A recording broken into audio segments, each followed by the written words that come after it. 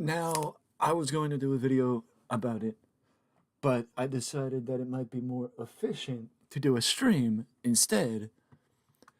So, well, that's what I'm doing because I thought it would be better. I thought it would be better for me to do the stream instead of looking at it from the perspective of um instead of looking at it from the perspective of video, getting multiple videos and oversaturating my,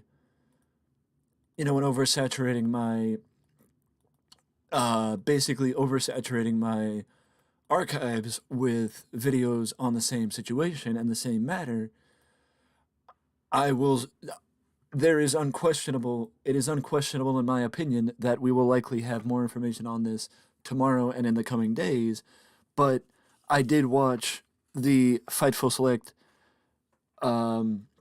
stream with Sean Ross Sapp and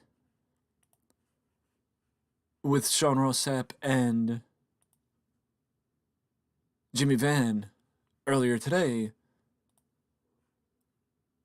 and I wanted to pass along the information that was given in that back and forth or that stream with Jimmy and Sean Ross Sapp and give my thoughts on what they spoke about in that that stream. basically, basically, for lack of a better word, both Sean and Jimmy both stressed or couldn't stress it enough. Couldn't stress it enough that WWE is not sold. Is not sold, and there was I believe somebody who may have made an improper generalization about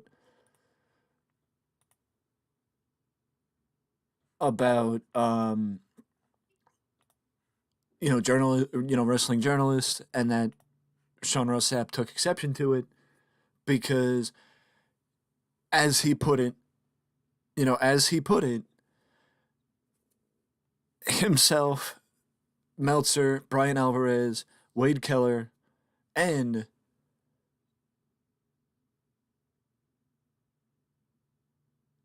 and a few others, the majority of the people that normally report the breaking news in wrestling had nothing to say about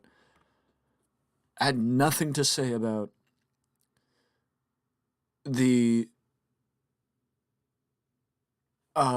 has nothing to say about the idea of WWE being sold officially, because they know that a lot more goes into it than just,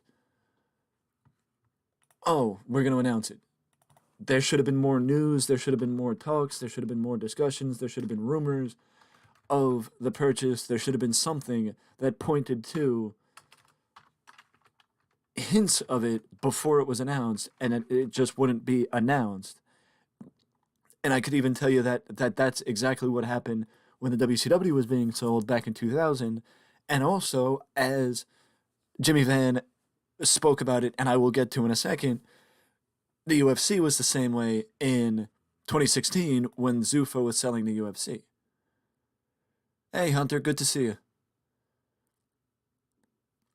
I'm doing all right. How you doing?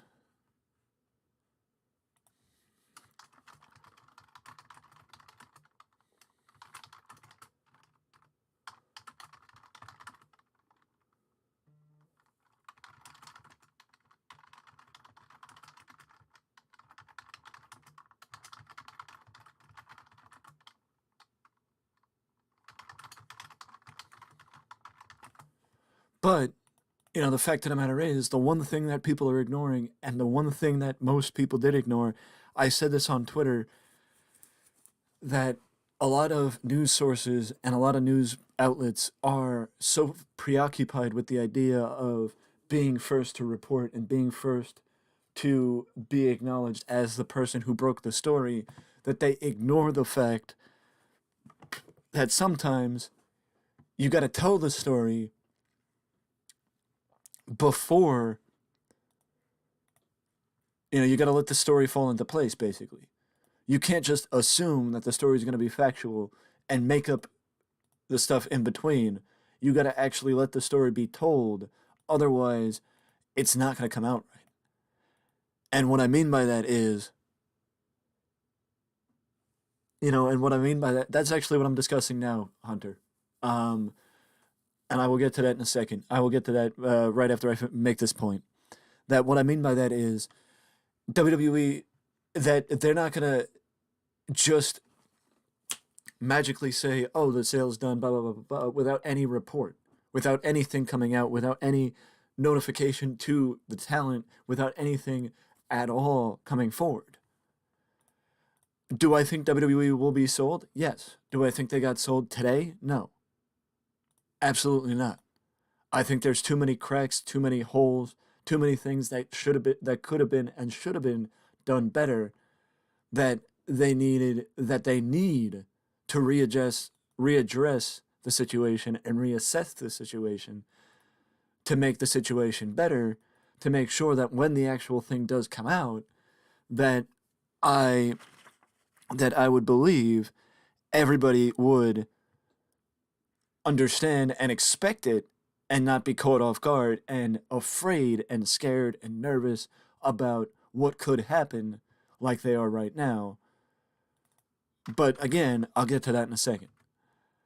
As far as the point you made, yes, I do think that the most likely people to win the bidding for WWE are still going to be NBC Universal or Comcast. I would probably put them at the highest percentage. I'm not saying that the public investment fund from Saudi Arabia should be completely ruled out. That's not what I'm saying. What I'm saying is that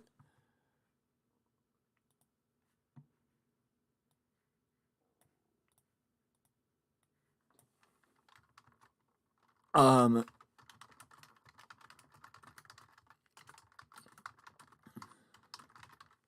what I'm saying is that I think a company like Comcast, a more national company like Comcast, would be the ones that buy WWE, which Comcast has had, or Comcast slash NBC Universal, as Comcast is NBC Universal's parent company.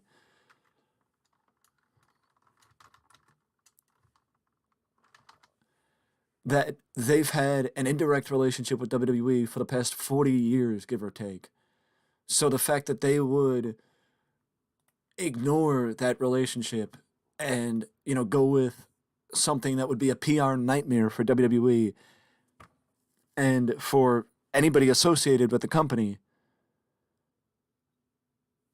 it's ludicrous to me.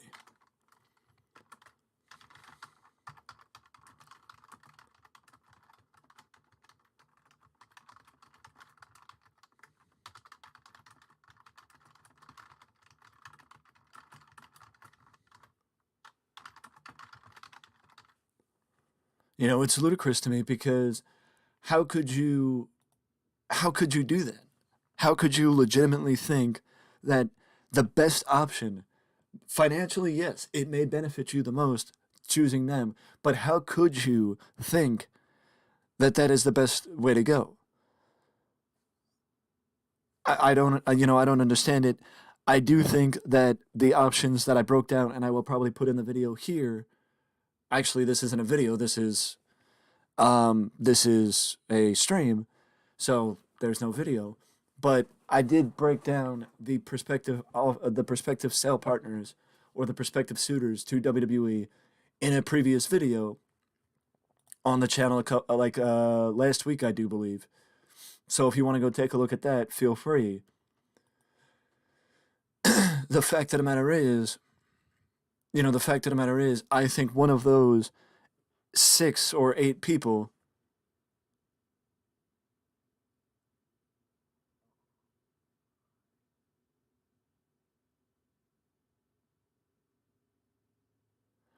that one of these 6 or 8 brands that were reported in the initial CNBC article that, you know, they're most likely to purchase the company. I know there are people out there that are saying that, oh well, that this could be just WWE testing the waters to see if they actually did this, what the backlash would be like, blah blah blah blah blah. That is illegal, and it would lead to an SEC investigation because it could be considered stock manipulation if they did do something like that. And if it was found out that they did something like that, it would be considered stock manipulation, and they could get in trouble for that. To your point, yes, I do agree that if Universal does buy WWE, that Vince McMahon should be replaced with Stephanie or Nick Khan, and Triple H should stay as CCC or Chief Content Officer or CCO, yeah, CCO, Chief Content Officer, and that they should build from within because technically you're not going to need a chairperson. You're not going to need the chairman of the board. You're not going to need a board of directors, as far as I know, because everything is going to be filtered through the parent company when WWE gets sold, which I think it is more likely at this point that the company does get sold. There is, conversation of the SEC rules against that there are, rules and laws in place that the SEC would have to approve the deal with an international company or another country. Well, an international company because it's not another country; it's an international company. Um,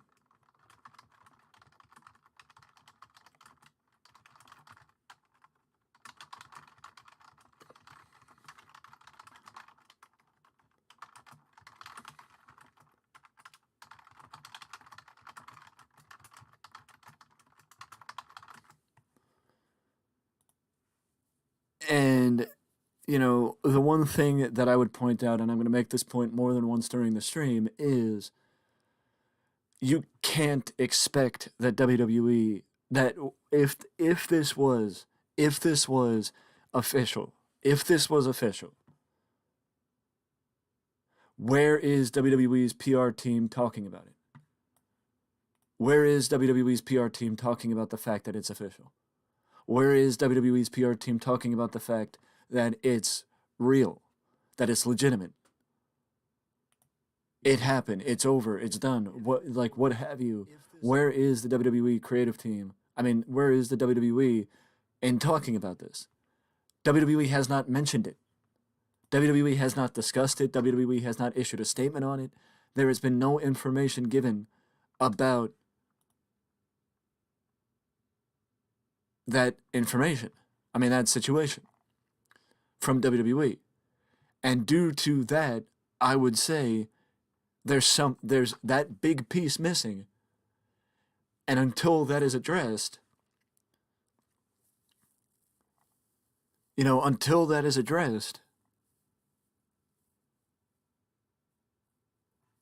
you can't look at the opportunity and say, oh, well, blah, blah, blah, blah, blah. No, it's until we hear from WWE, you can't believe that it's official. And it's like I've said throughout the day,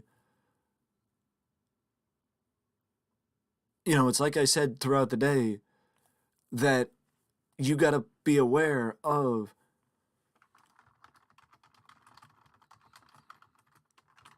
where you're getting your news from and who you're listening to, because the fact of the matter is, some people just value the views.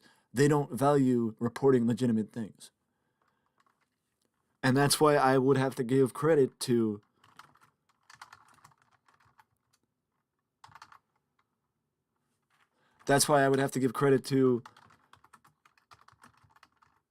Dave Meltzer, Sean Ross Sapp, Wade Keller, John Alba, Ariel Hawani, and the list goes on and on and on and on and on of people I would give credit to for reporting facts and reporting the true nature of what's going on.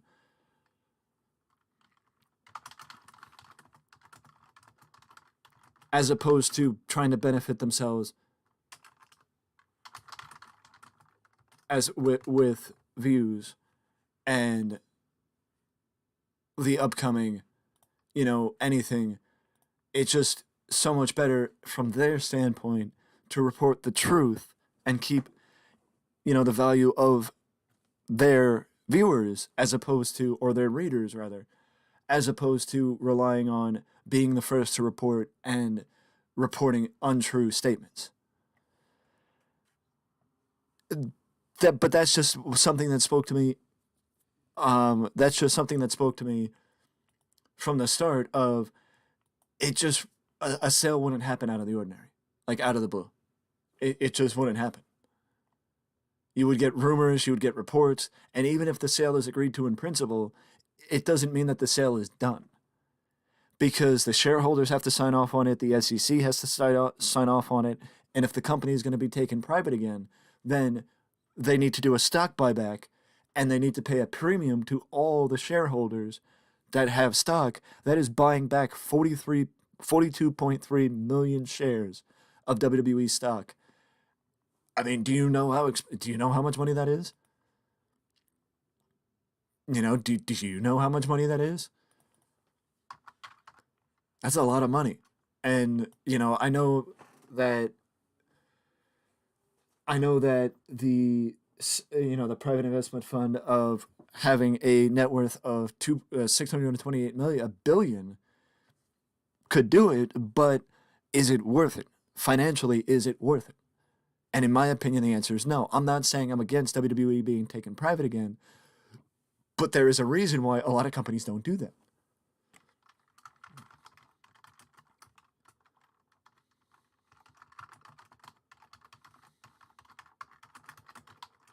There's a reason why a lot of these companies don't go private again after they're public. But the one thing, again, where is the WWE PR team issuing a statement on the situation, issuing, opinions on the situation, discounting the situation, whatever the case is, that disproves the legitimacy of the report because WWE and the PIF have not said a darn thing about this situation. So if neither one of them have said anything about the situation, then why would there be anything to the situation? And yes, I know, why are you giving it the time of day? Because I want to help you guys better understand what is news and what isn't. And it bothers the heck out of me. It bothers the heck out of me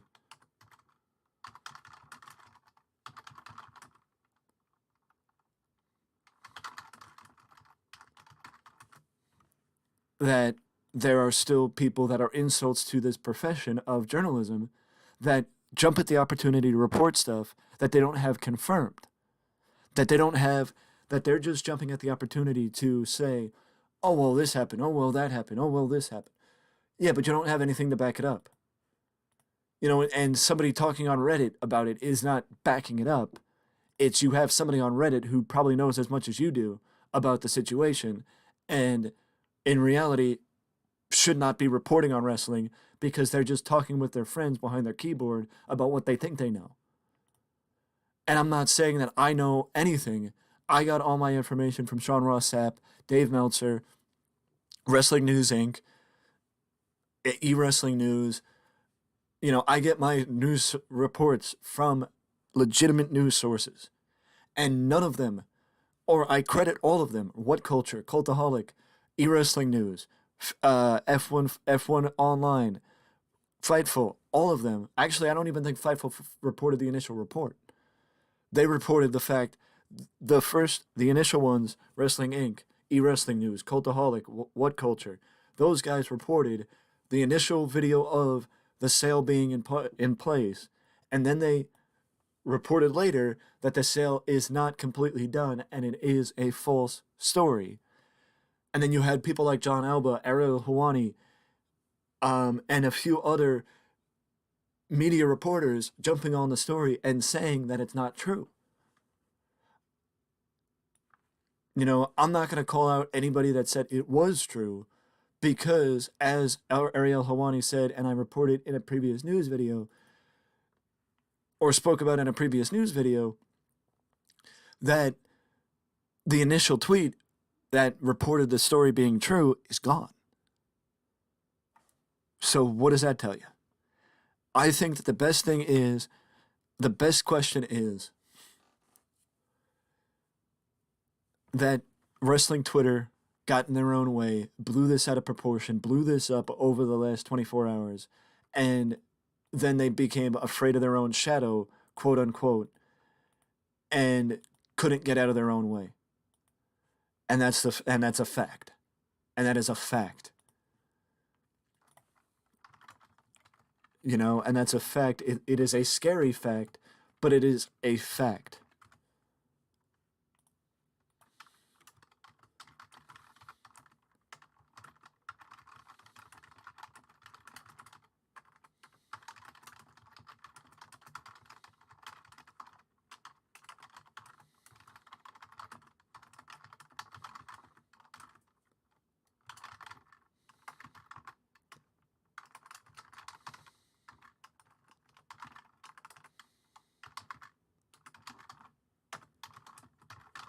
You know, because again, it goes back to, well, it's not necessarily a scary fact, to be fair, because it is not the first thing that was blown out of proportion due to the magnitude of it being an online story, because that's just how things go online nowadays.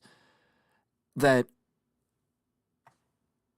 you know, things get blown out of proportion, and all they have to do is have the right people report it or talk about it, and anything can go viral and just get a lot of traction. But it's up to certain people to step in and disprove it, that value the people and value the people who believe them and look to them as legitimate people and legitimately somebody that they can look to as reliable.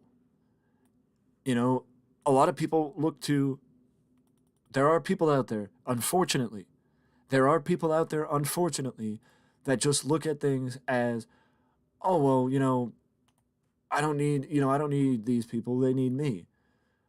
You know, I could report whatever the heck I want and they just eat it up. You know, it doesn't matter.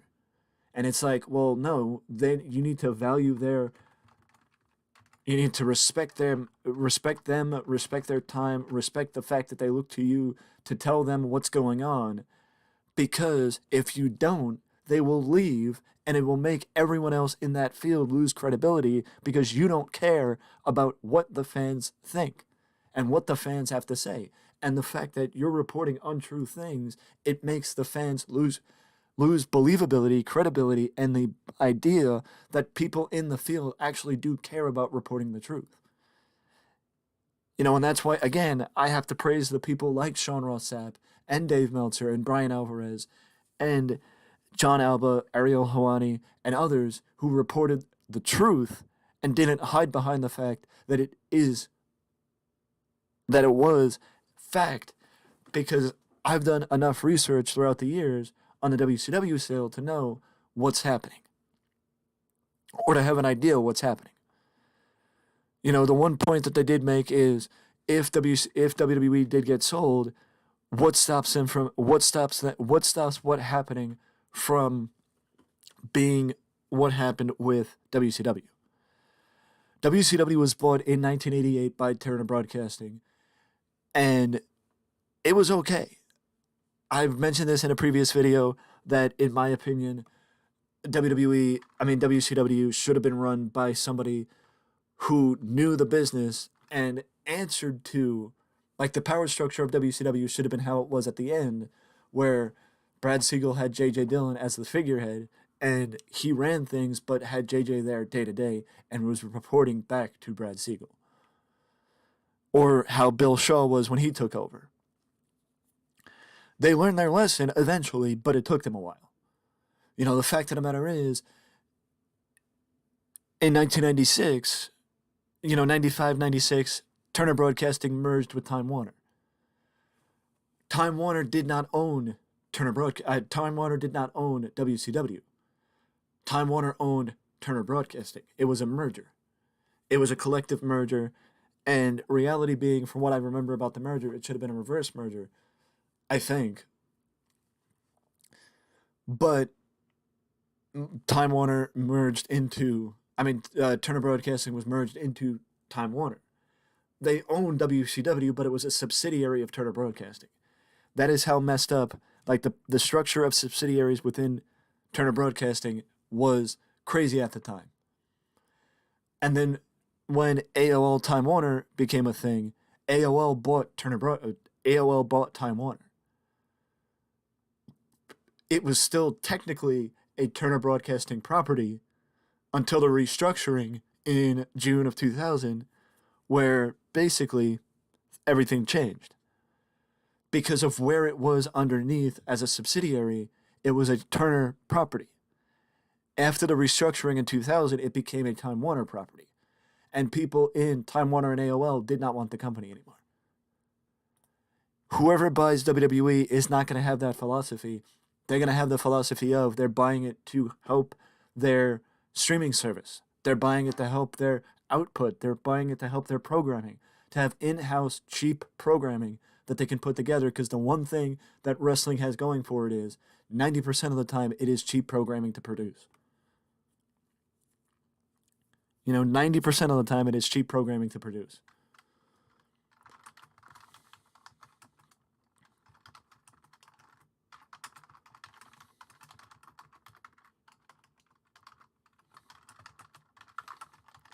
That's the difference between WCW and WWE. WCW, the people didn't care. WWE, they do.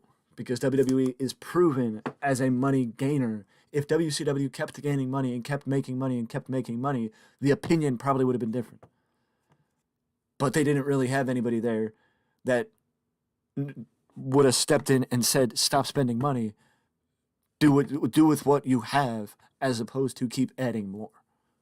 Or deal with what you have before you keep adding more.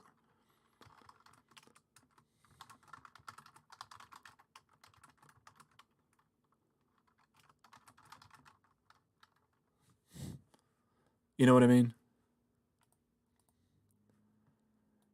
If things would have been different, then things would have been different. But yes, power structure wise, Time Warner and AOL did not technically own WCW. They just did not want WCW. And that's the difference.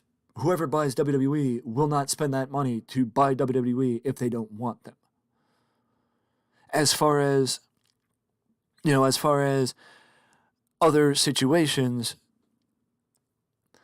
there has been an extreme importance placed on one thing that everybody seems to be, pissy and worried about. And the one thing that everybody seems to be worried about is the idea of Triple H losing power and control of creative, and it falling back to Vince McMahon.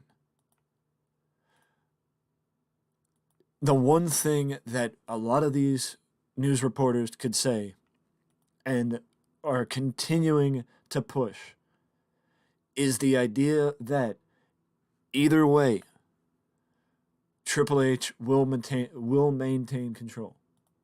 Triple H will maintain control. Because they don't want Triple H not having control. That if Triple H loses control of creative, I think there will be a talent revolt. And that's why they're stressing that Triple H is keeping control of creative. In my opinion. In my opinion, I think that that's the reason why.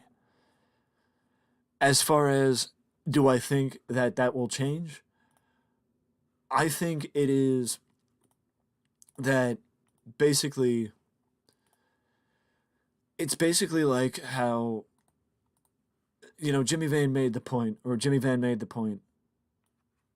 during the live stream with Sean Ross Sapp to say that, well, basically, he made the point to say what he believes is that Vince came back, and once he saw that WWE started working with JP Morgan for the deal to, facilitate a sale, that JP Morgan that they were serious about doing it, right? And he looked at that as an opportunity.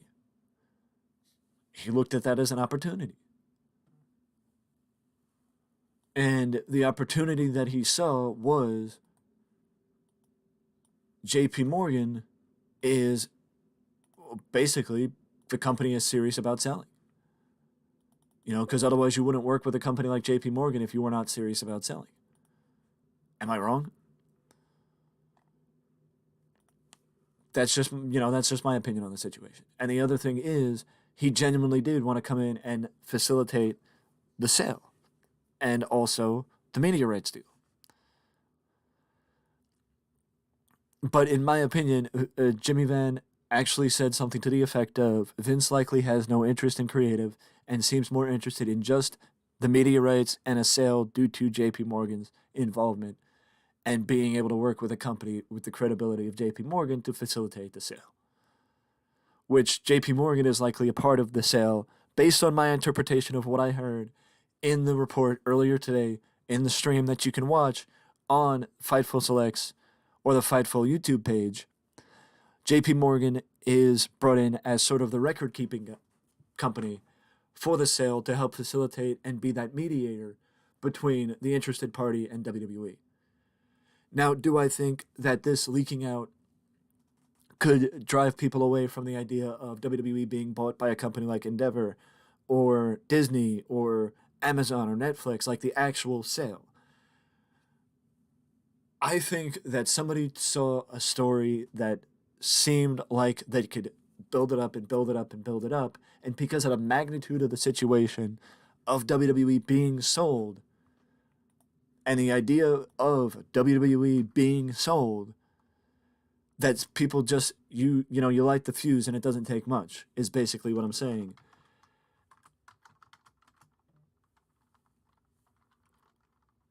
You know,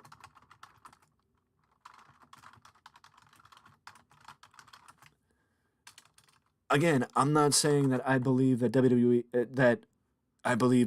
will not be sold, and I'm not saying that I believe that the story was fake. I'm saying that it was escalated and blown out of proportion by one or two people reporting it and it just going viral because of the magnitude of the situation.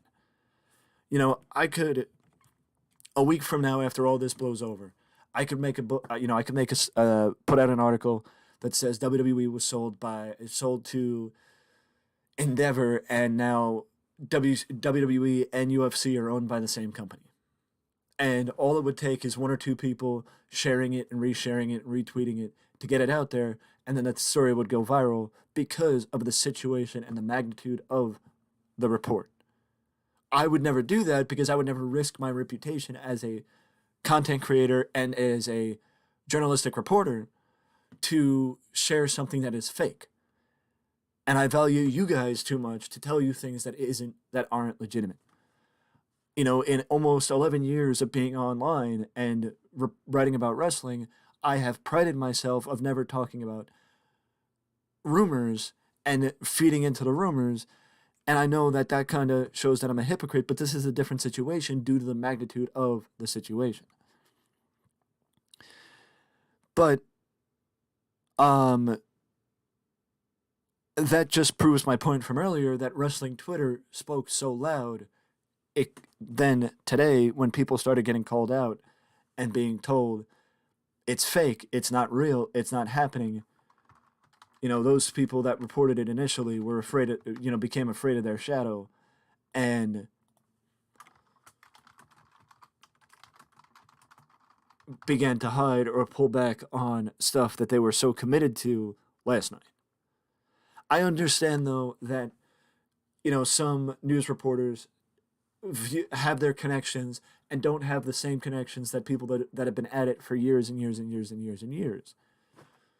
But my advice to those people that may be like, oh, well, I have to, use the sources that I have to be able to report the information. Otherwise, I'm not going to be able to report anything before anybody. The point isn't to report things and just get the first dibs. You'll find a story to get first dibs on. You'll find a story to get first dibs on. And even if you're not the first dibs on the story beating a site like Wrestling Observer or Fightful, you may beat, this other smaller site. Compete with the sites that are on your level. Do not compete with the sites that are well above you. That would be like me competing with Valkyrie or Nick Merckx or XQC or you know uh, Nade Shot or Courage or Vanos or anybody that is a content creator or a streamer, and I'm not on that level. So why would I try and compete with them? Yes, I do notice that I may report stories that people like Cultaholic do not report for days after, or whatever the case is, or I may report stuff that never gets reported on Cultaholic because I may report something about MLW, which I'm hinting at it that tomorrow we'll have news about MLW. But that gives you that, or Ring of Honor, which also tomorrow we'll have news about Ring of Honor. That gives you the idea that I'm willing to report things that help me stick out that way. Stick out that way and report things that other content creators are not reporting or article reporters are not reporting. Focus on the stuff that other people are not focusing on to give you the opportunity to stick out.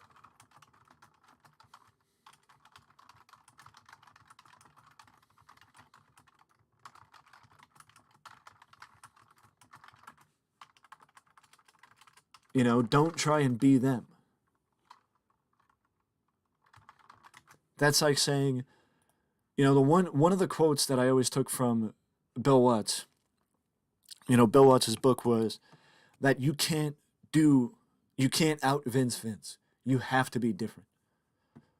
That's the one thing that Eric Bischoff always did, is when he started competing with Vince McMahon and when Ted Turner had the meeting with Eric Bischoff, uh, Eric, what would it take for you to compete with Vince McMahon? Give me prime time on Monday night, or whatever, however the meeting went. Scott, give Eric 2 hours every Monday night. Something to that effect. And it's like Eric then famously went into his office and made a list. He went into his office and he made a list. I'm turning on the webcam now because it will add to the stream. That he made a list of everything he could do different, like what WWE does, what WWE does, and what he could do differently to allow him to be a little bit different than WWE. And that's what he did. That's what he did. And it worked for the most part. It worked for the longest time. But the question is, what happened? Well, they stopped trying. They started to try and out Vince instead of focusing on what they did better than Vince. So saying that, oh, AEW is going to be like, blah, blah, blah, blah, blah. It's like, no, AEW is going to be AEW. AEW is not going to be Vince. Because AEW could not out Vince, outwork WWE in sports entertainment. That's why AEW is so fixated on wrestling and being the wrestling company and not the sports entertainment company.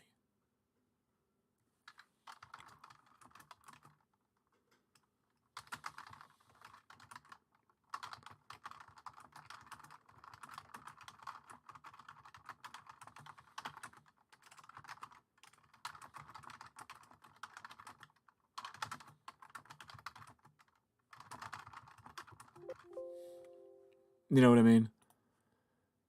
That's the difference. If you want, I know this degraded into me offering advice to content creators and journalists because I've been doing it. I've been doing this for a long time, and I've always tried to be different. I've always tried to stick out, and that, to a degree, is the reason why I'm in the position that I'm in, and not, you know, up here. I'm down here. It's because I always try and be different. I always try and make sure that maybe I'm not the first one to report it, so I don't get advantage, take advantage of the views. But I wait until all the information is out there, so I can give you guys the most legitimate outline of what's going on, and that's what I'm doing here. Because as I said, I did the research, so you don't have to. Simple as that. I did the research, so you don't have to.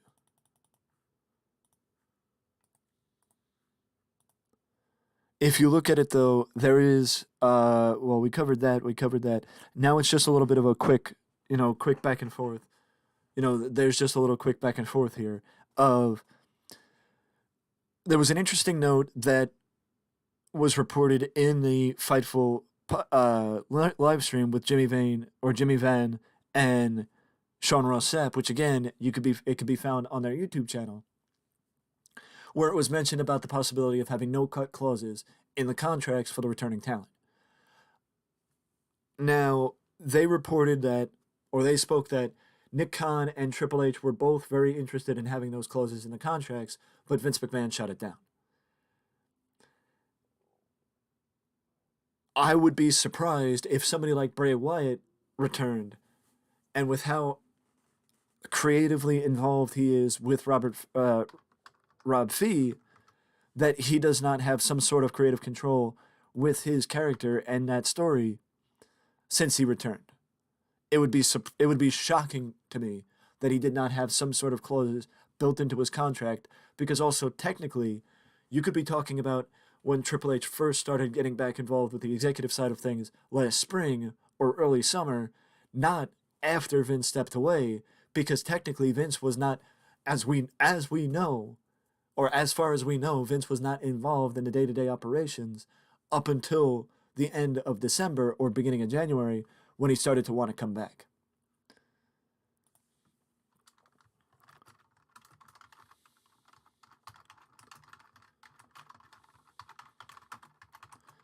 And I'm not confirming or denying that there are no cut clauses in the contracts, but I would be surprised if somebody like Bray Wyatt does not have some form of either no cut clause or creative control clause or something to that effect in his contract to protect himself from people interfering, to where maybe he only can work with Robert Fee on his creative, because that's the person who he's been working with on and off since he started back with the company.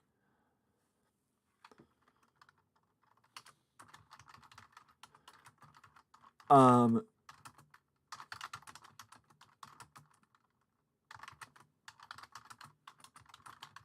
Also, as reported on by Fightful,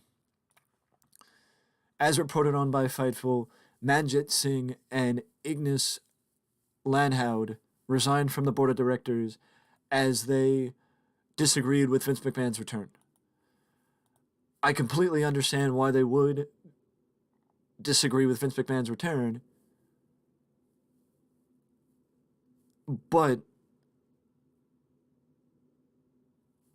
it's not like they really had much choice.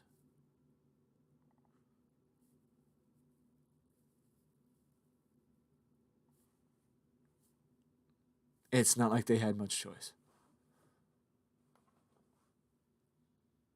It's not like they had much choice.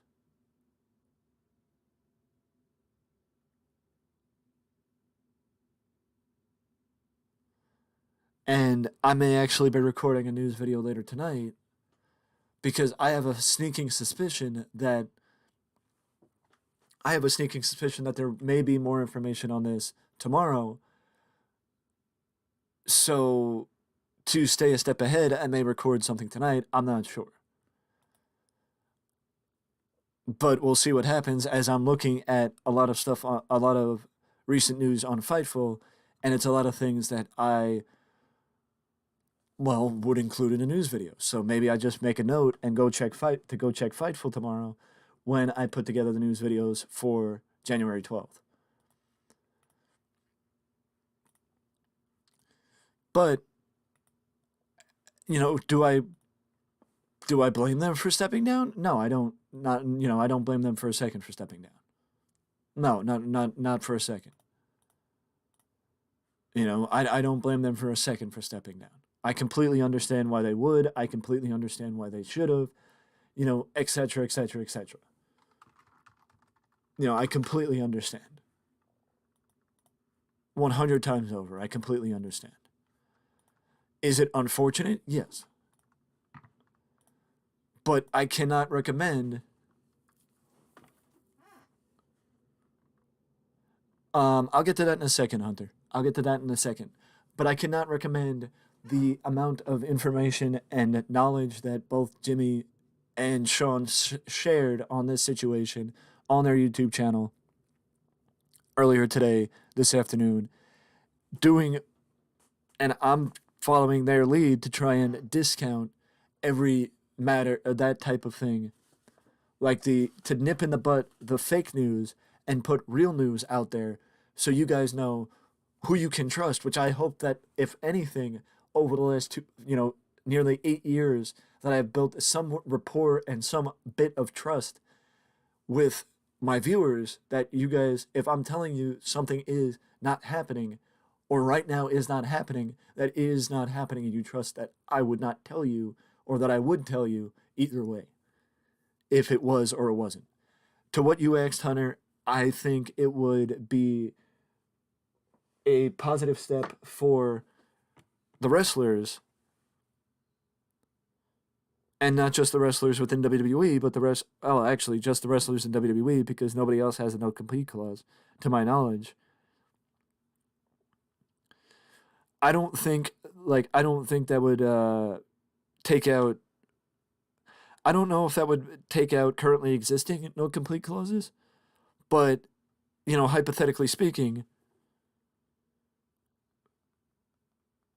that actually is a good segue to something I haven't spoken about since the news video that I do want to cover. That basically, Sean was asked about the likelihood of talent walking out on WWE if the sale did go through. And Sean said it is very likely and almost definite that some talent would walk out. And that some talent would walk out in solidarity. So, hypothetically speaking, if the PIL or the PIF were the owners and they just said, forget those talent, forget them. They walked out, that violation of the contract, blah, blah, blah, blah, blah, we're just going to let them go. Without the no-compete clause, they could then jump to AEW, New Japan, Impact, wherever, and immediately show up on the next episode of whatever program they would jump to. Or hell, they could jump to AEW, then show up on Impact, then show up on New Japan. And they wouldn't have to wait it out. Because the reason why Sasha Banks was not able to... the reason why Sasha Banks or Mercedes Moné was not allowed to appear at a wrestling convention last year was because of her clause, the clause in her contract that she could not appear at a wrestling function with until 2023. I do think that might be a little bit different. But if 90-day and 30-day no-compete clauses, which, by the way, to help anybody that doesn't necessarily understand it, the 30-day no-compete clause is for developmental talent. The 90-day no-compete clause is for main roster talent. That, anybody could appear anywhere they wanted after the fact, and it would raise that bar of anything could happen to the nth degree, because then anything could legitimately happen, because stuff like that hasn't happened since Rick Rude appeared on Nitro and Raw at the same time, because he was contracted to WWE at the time, but left because of the Montreal Screwjob.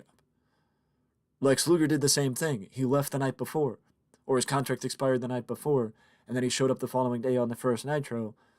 Again, Eric Bischoff's way of showing that anything could happen and to try and get a bit of attention. But do I think the talent would walk out? Hell, I think the talent would go on strike and, show grief if Vince took control of creative again. I think there are talent that would want to walk out and wait out their contract if Vince took control of creative again. I genuinely do believe that there are talent that would take it that far if Vince took control of creative again. But that's just my opinion.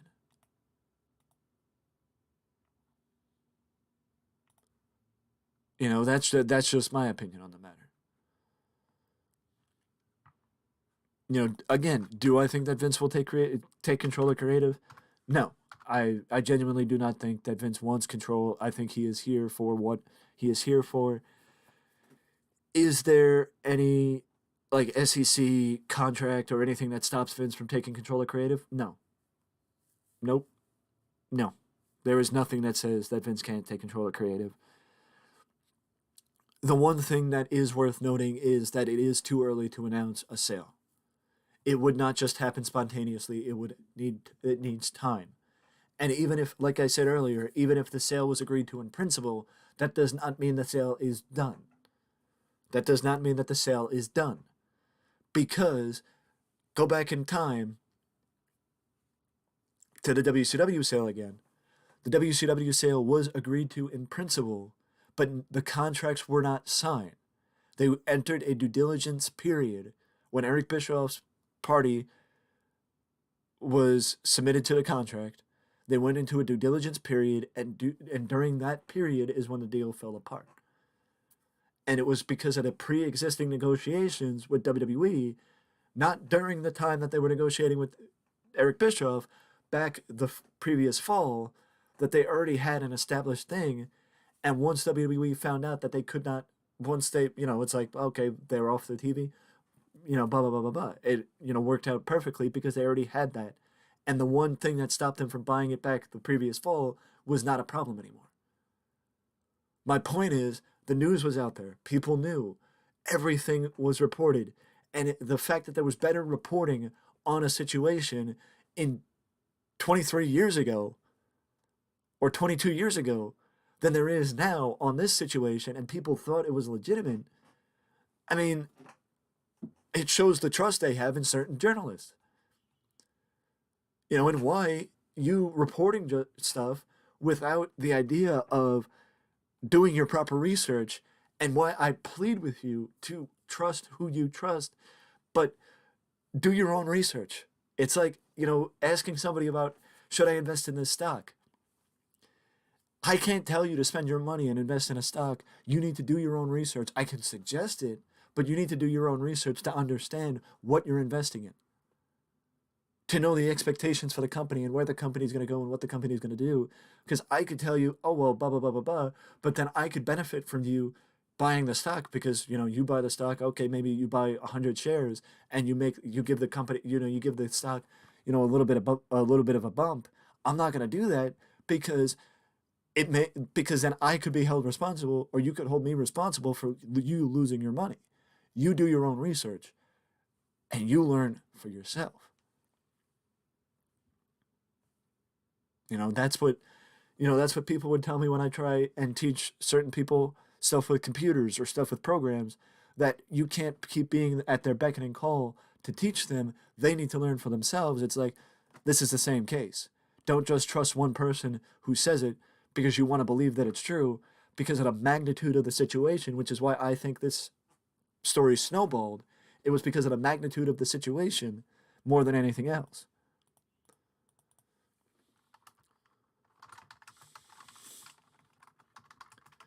If it was a simple story like, well, Vince coming back, it wasn't, that is a big story, but it wasn't the magnitude of WWE being sold. That's a lot easier for, one or two people to report it and it just to skyrocket up. But you need to look for people like Meltzer, people like Brian Alvarez, Sean Ross Sapp, the main people that break the news. There's a reason why they didn't report it. It's because it wasn't true.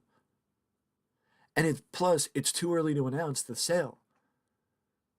If anything, think about the news. Think about it.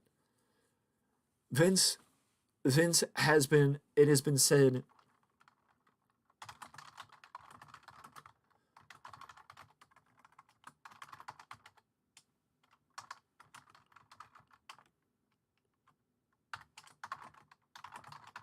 said that Vince was basically negotiating or talking to the private, the PIF since the summertime. He's been talking to them since the summertime. Vince cannot orchestrate a deal on his own. He cannot orchestrate a deal on his own. He can talk to them and he can acknowledge the fact that they were looking at selling to give them the idea of maybe they could buy it, which in my opinion, that the only reason why Vince would want them as opposed to anybody else, it has nothing to do with the financial side. It has to do with Vince keeping power. And they are the only ones that would keep Vince in power, in my opinion. Because would you keep, if you are buying WWE, would you keep an aging owner in power, or would you look for somebody that could take control and be in power and run the company clear, clear as day for years to come? In my opinion, you would start phasing back Vince McMahon and putting somebody else new as the leader. No offense to Vince, but you would want somebody where you wouldn't have to worry about addressing that spot in the corporate structure a year, 2 years, 3 years down the road if something happens. So is it too early to announce a deal? Yes. Because even if they agreed to something in principle, sight unseen, they're not going to make that type of commitment. In my opinion, nobody is going to make that type of commitment sight unseen. Nobody's going to make that type of commitment. So if you want to say, oh, well, nothing's going to happen since Vince returned, until Vince returned because of the wording in his letter that he came back for stuff like this and the media rights. So you're telling me that within a week of Vince coming back, or not even a week of Vince coming back, the company is sold and all good.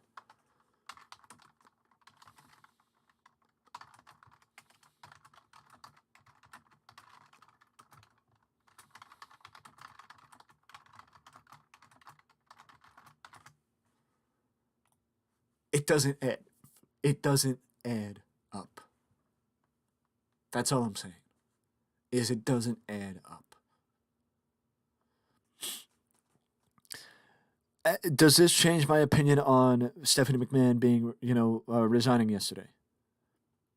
Yes, it does to a degree. Do I think it had anything to do with the idea of the company being sold?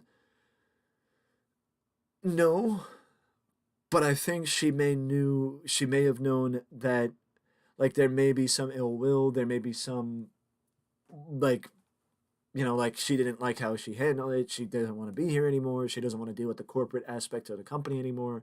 Yada, yada, yada, yada, yada. She wants to walk away and save her relationship with her father. I would say that, yes, there's a possibility. Will we ever hear Triple H and Stephanie's side of the situation? No. NDAs, it is still her dad. There is probably still no ill will. Had she stayed, would there have been ill will that festered? It is very much a possibility, yes. Very much a possibility, yes. I also mentioned that about TV rights deals in an earlier news video. If the WWE does get sold to Saudi Arabia, I think that the most likely place for them to go with TV rights is where they are now. Will they stay, though? I think that they would have to take a less than friendly deal to remain with NBC and Fox than they would of signing with a more PR friendly company, if you catch my drift.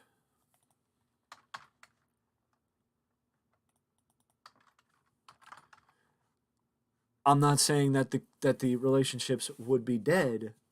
I'm just saying that it would make it harder for WWE to re-sign with a company like NBC or Fox as far as programming if they are ran by a controversial entity like the PIF. Not saying they won't. I'm saying that if they were to re-sign with anybody, they would probably re-sign with the companies that they have pre-existing relationships with, and that they would probably have to take less than friendly contracts so they wouldn't be making the type of money that they made from the TV rights deal that they did the last time with SmackDown when they first initially signed with Fox. But that's just my opinion on the matter. Also, I would be inept not to mention that there was a lawsuit filed today. The lawsuit filed is one of the links that I provided in one of the earlier news videos down in the description, but it was reported by BloombergLaw.com about initially, and other wrestling news sites have reported it.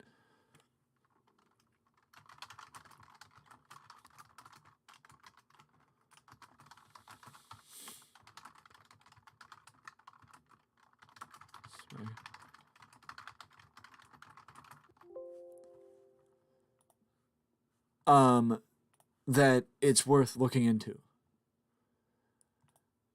The reason is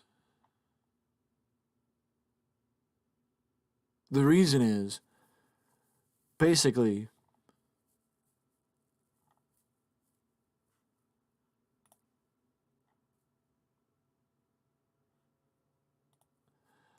Vince allegedly broke fiduciary duty.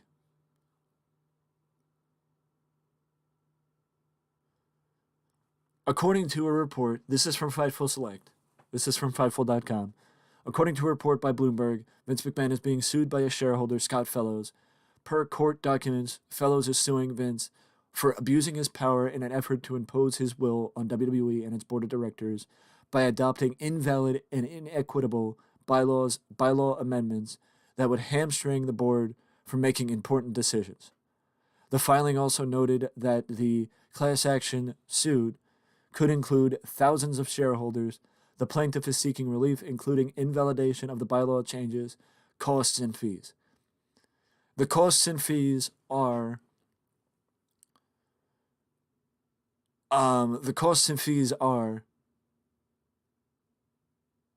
basically the request that Vince would pay for his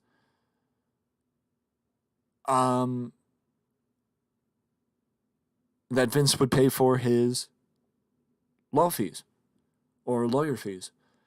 In late 2022, McMahon demanded in writing that the board, this is a press release, again from Fightful Select.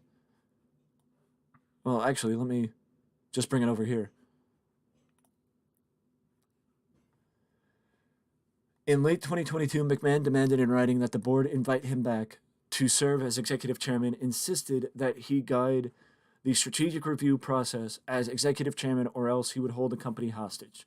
He asserted that he would interfere with and withhold support of approval of any process that he did not lead. McMahon further threatened to withhold his support of any negotiation respecting WWE's expiring media rights deals. WWE's media rights are the company's lifeblood.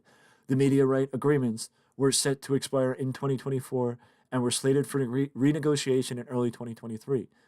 By his written consent, McMahon seeks to hamstring the board and prevent it from undertaking significant time-sensitive decisions respecting some of the most important properties of the company. He also leveraged that purported blocking power to get himself reappointed as executive chairman of the board. McMahon lacks the power he purported to wield.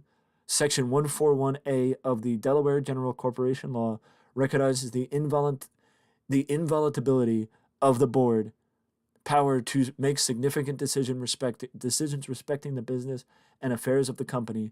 The board members have unremitting obligation to discharge their fiduciary duty. Basically, breaking it down in non-legal business terms, Vince has a fiduciary duty as the leader of the board of directors to put the board of directors and the shareholders first, what's best for the company first,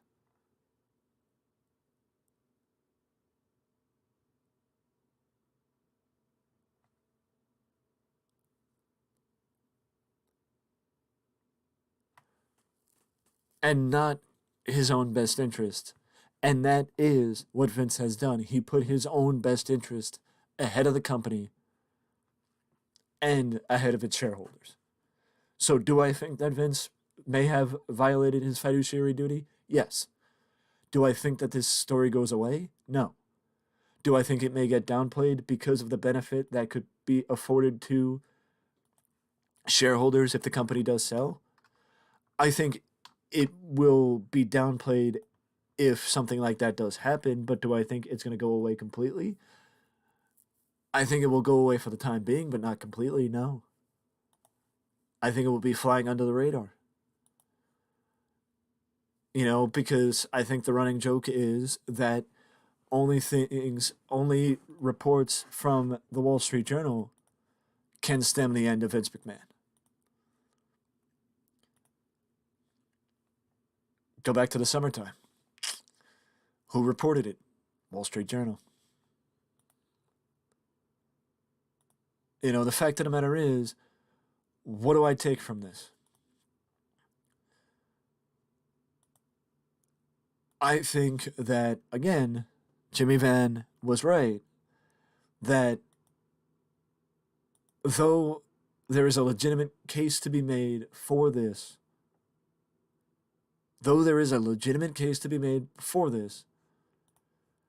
there's a question of would it go anywhere with the fact that it would benefit the shareholders?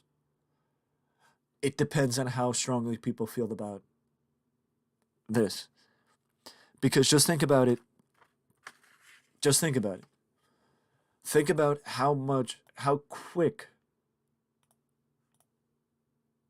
how much steam the stories got over the summer when we first started hearing about Vince McMahon being tied up in the NDAs and and the money and all that stuff that he was tied up in over the summer. Think about how quick that gained steam and did not go away. This could be just as bad because current litigation is something that is looked at by prospective buyers when they're doing their due diligence because of the idea of possible liability to the buyer to be beholden to said such company and basically take over the litigation. So if WWE did sell to the PIF, then PIF would take over the litigation. And I'm telling you now that it is very possible that WWE the shareholders would tie up WWE in litigation for trying to take the company private again. Because what if the shareholders don't want to sell? And you need to buy out the shareholders or buy back the shares to be able to get the company. What if they don't want to sell? Because if you're buying back the shares, guess what? The shareholders won't then benefit from a sale because you're buying it before the sale goes through. Or you could be buying it before the sale goes through.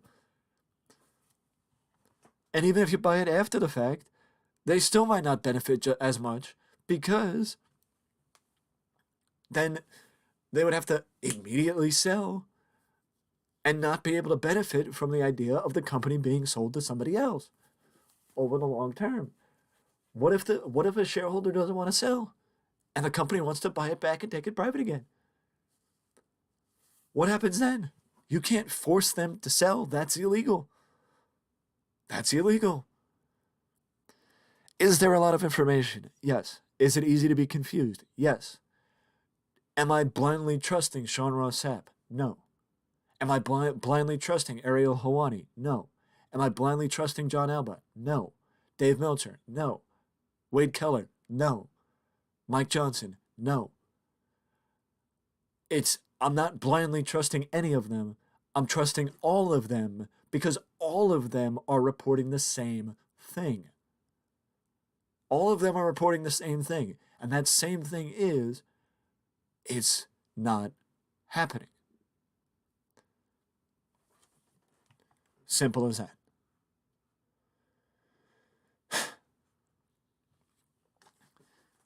And this, my dear friends, is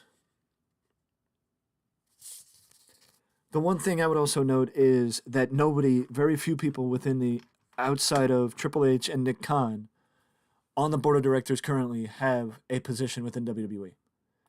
It used to be that everyone on the board of directors had a secondary position within WWE, but now nobody does outside of Nick Khan and Triple H.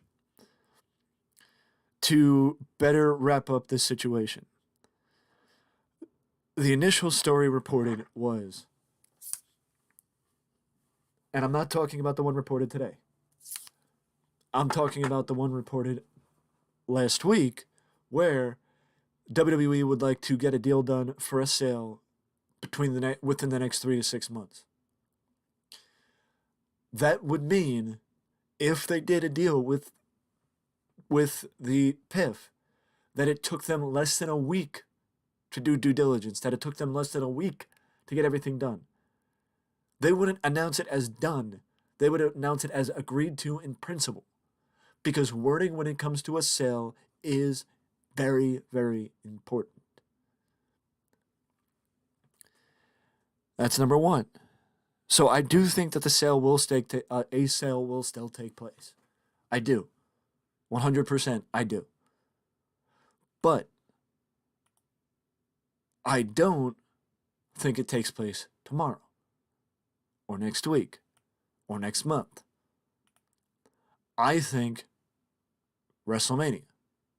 I still think around WrestleMania is when something will become official, because it would allow the due diligence period to pass and have both companies feel comfortable enough to announce it. And you would hear from WWE, and you would hear from the prospective buyer. Unlike how you have heard nothing from either one of them today. So I'm saying that the negotiations would start this month or next month, and then we would hear that they are closing in on a deal around WrestleMania season, meaning April or May, not January. Simple as that. As far as where I stand with Vince McMahon and Triple H and the current structure, I think that the current structure in WWE is, AEW had their problems last year with the fallout from the Brawl Out at All Out. WWE is having those problems now. And you thought the WWE had their problems when Vince walked away and resigned. No. They're having their problems now. Because you've had 4 or 5 board members resign in less than a week since Vince returned. You've had doubts and questions about a sale, about Triple H, about everything going on within the next... Hell, Stephanie doesn't even work for the company anymore. If this is not comparable to what happened last year with the fallout from the Brawl Out at All Out with AEW, I don't know what could be. Genuinely, I don't know what could be. Will this blow over? It's going to take a long time. Because the public image of WWE was getting better without Vince. And now it's getting worse now that he's back. Simple as that. Do I think that Hunter's point from earlier about the 30-day and 90-day no-complete clauses possibly being outlawed by the FTC could play a part in, could hurt or help WWE? It wouldn't hurt WWE. Oh, it prevents talent from reappearing, right after release. If anything, that would help talent and keep WWE from releasing them. God forbid. What the fuck does WWE... It's pardon my French, but what the heck do they need to release anybody for? If anything, they have found stability and consistency under Triple H, and they are building on that and moving forward with a vision that they haven't had for years. Because as I said 2 days ago with the Alexa Bliss video that I posted, video I posted, it is all about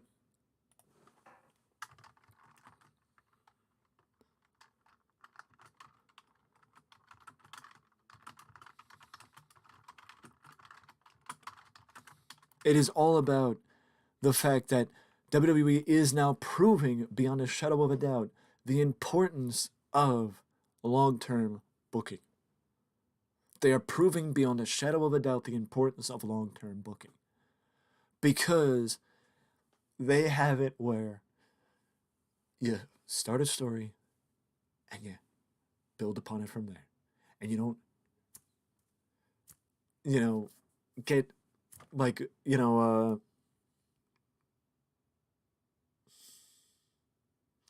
when you go to a food buffet, when you go to a food buffet, you start slow. You don't go right for the steak, right? You don't go right for the steak. You start slow and maximize your money that you're spending to go to the food buffet. You go for a salad. You go for maybe some chicken. You go for some pasta. You go for but you go for this. You go for that. Maybe you go for a plate full of sides. Baked potato, corn, potatoes, yada yada yada yada yada, and then you go for the steak. You go for the main entree, and then you go for dessert. You maximize it. You don't shoot. You don't go for right for the main course right at the beginning, because then you're not gonna want to eat anymore. What's the point of having a food buffet if you're just gonna go and have a one course meal? It's like Bray Wyatt's been back since September, and Bray Wyatt has only competed once on a house show. His first match back officially with WWE on actual programming is going to be at the Royal Rumble against LA Knight. Slow burn, long term booking. The best way to go. The best way to go.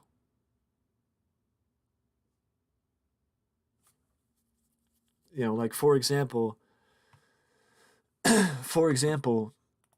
in this, can I go back to show history? I can. In this, I'm in the year 2005, as you can see, but if you go back to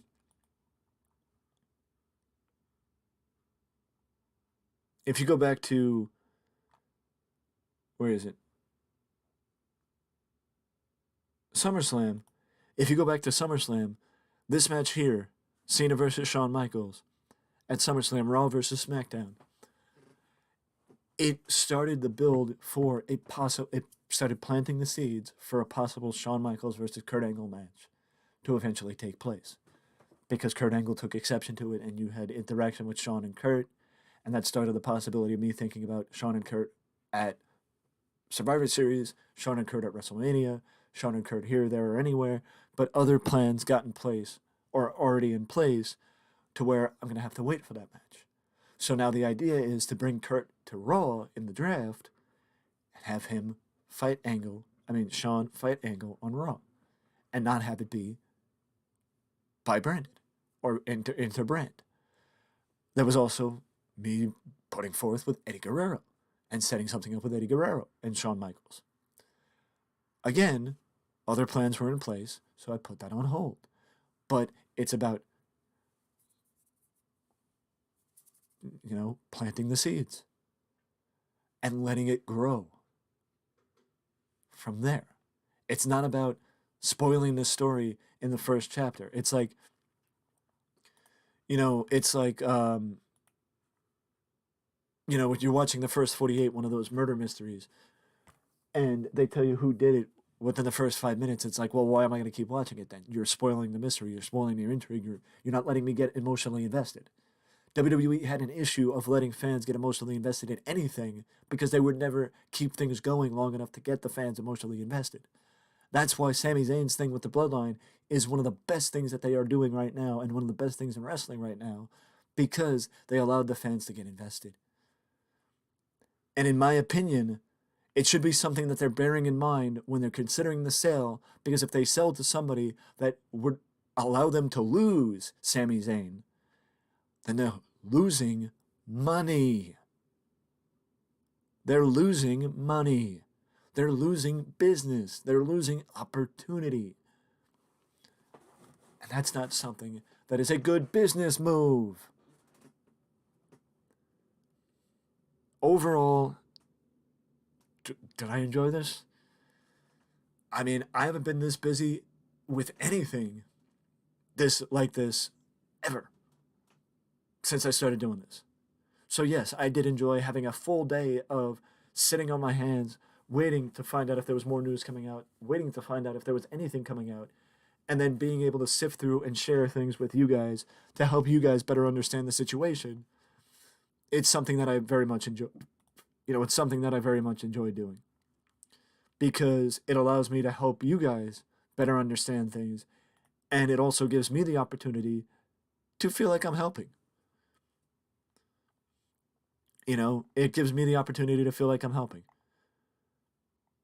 But the fact of the matter is, do I think overall, just to wrap things up again and not to get sidetracked, do I think that Triple H will stay in his control? Honestly, yes, because I think it would be even worse of a shitstorm than they're already in if he doesn't.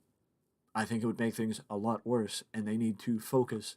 They need to show that they're not a clown show and that they actually have control and that Vince has control.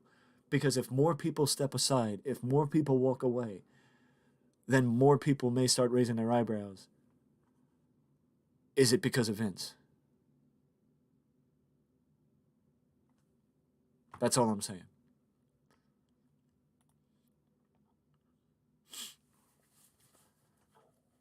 I think of the three, Jay White is most likely. I think of the three, Jay White is most likely to make the move, in my opinion.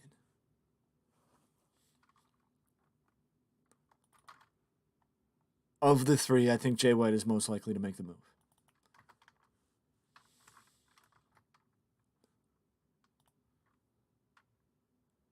Why only him?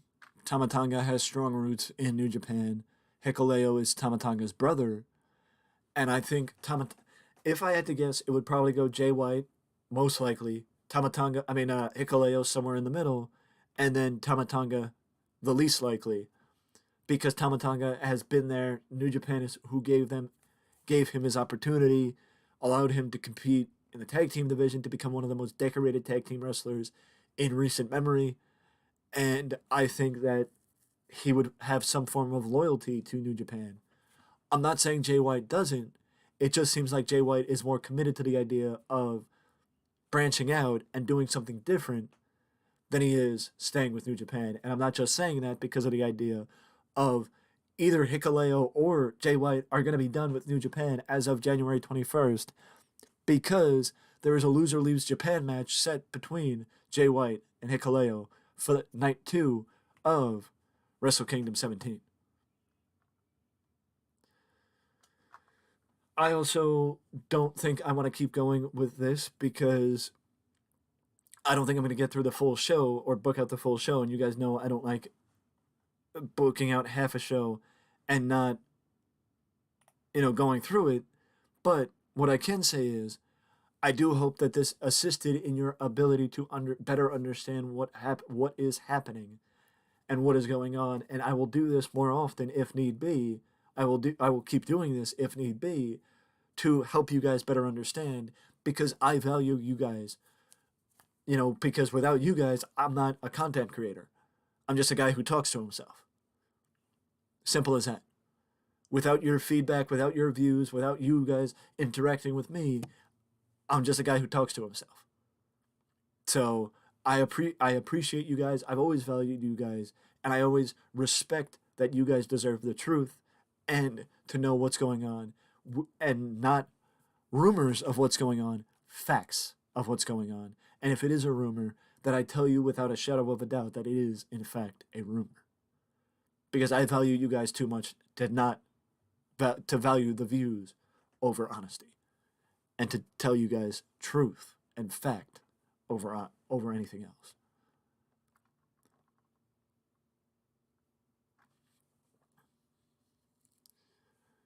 Not to say that anybody else doesn't, but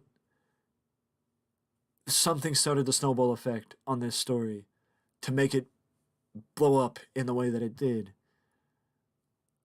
And I don't see anybody apologizing. So, that's just me. But I'm going to start my list for the stuff tomorrow, as far as news videos tomorrow, because I, for one, gave the entire day to this story, including a stream. And I will not be giving tomorrow to this, too, in the same. I will not be shining as much of a spotlight on it because it doesn't deserve the spotlight. I gave it the spotlight today. It doesn't deserve the continued spotlight.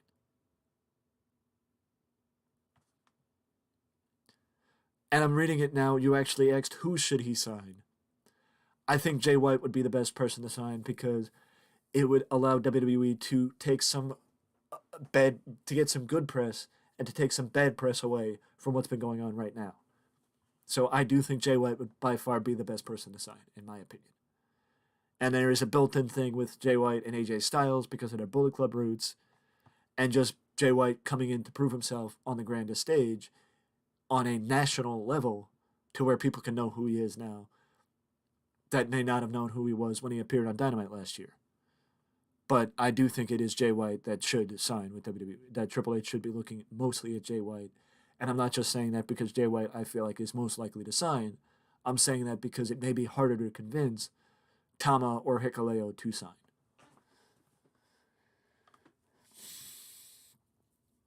That's all it is.